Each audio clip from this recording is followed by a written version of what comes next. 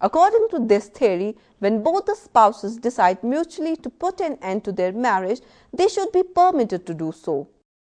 The theory can be very helpful under circumstances where there is no legal ground available to the parties to terminate their marriage, but still they wish to come out of it. In that case, they both can settle their terms for their marriage to get it dissolved. Once they consent to do away with their marriage, it is impractical to compel them to continue with their marriage. Therefore, they should be allowed to resort to a simple way of coming out of the marriage.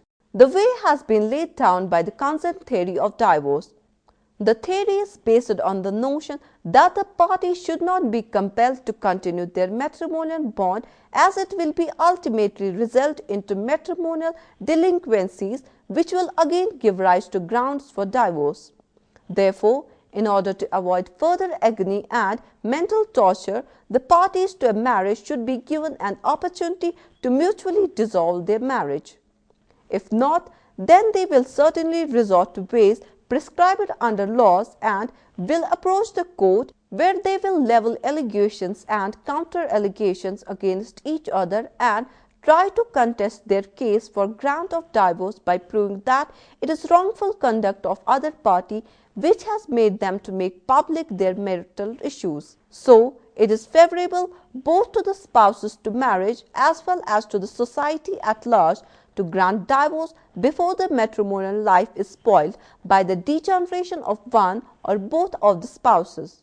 On the other hand, it must be kept in mind that while granting divorce on the basis of the consent theory, the court should satisfy itself that the consent of other party is free from coercion, undue influence, etc. If the consent of other party is received out of any malpractice on the part of the petitioner, the court may refuse to grant the divorce. Some jurists have also blamed that the theory is more or less in the form of collusion between the parties to end their marriage, but this is due to misunderstanding between the consent and collusion. Every collusion is no doubt by consent between the parties, but every consent between them does not mean collusion. Sometimes they just simply want to come out of their marriage, and it is not good to keep them bound just because of some legal intricacies. The theory is basically special in its own form, as in this form of divorce, both the parties come forward together to get their marriage dissolved by way of divorce, rather than approaching the court for making allegations on the basis of fault of another. All it requires is the presence of genuine desire to get rid of each other. The theory has been recognized and incorporated under Section 10A of Divorce Act 1869, Section 32B of Parsi Marriage and Divorce Act 1936, Section 28 of Special Marriage Act 1954 and Section 13B of the Hindu Marriage Act 1955.